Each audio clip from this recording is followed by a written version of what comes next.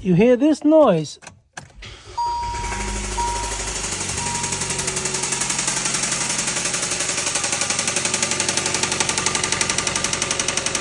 That is a rod knock.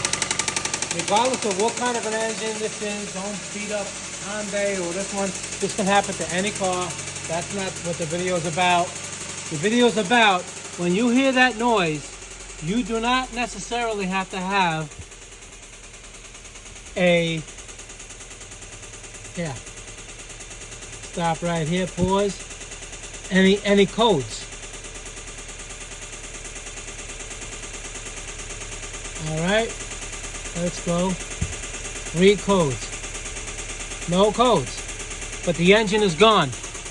All right, that's just a battery, low tire pressure, but there is no codes.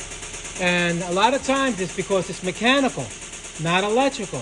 Until it gets really bad, then you'll probably get a misfire. But when you hear that noise, point being, you should pull the car over immediately, even though this engine is gone. But sometimes you may get lucky if it's not this bad. All right, don't think, oh, I don't have a check engine light, so it must be good. No, it's not good.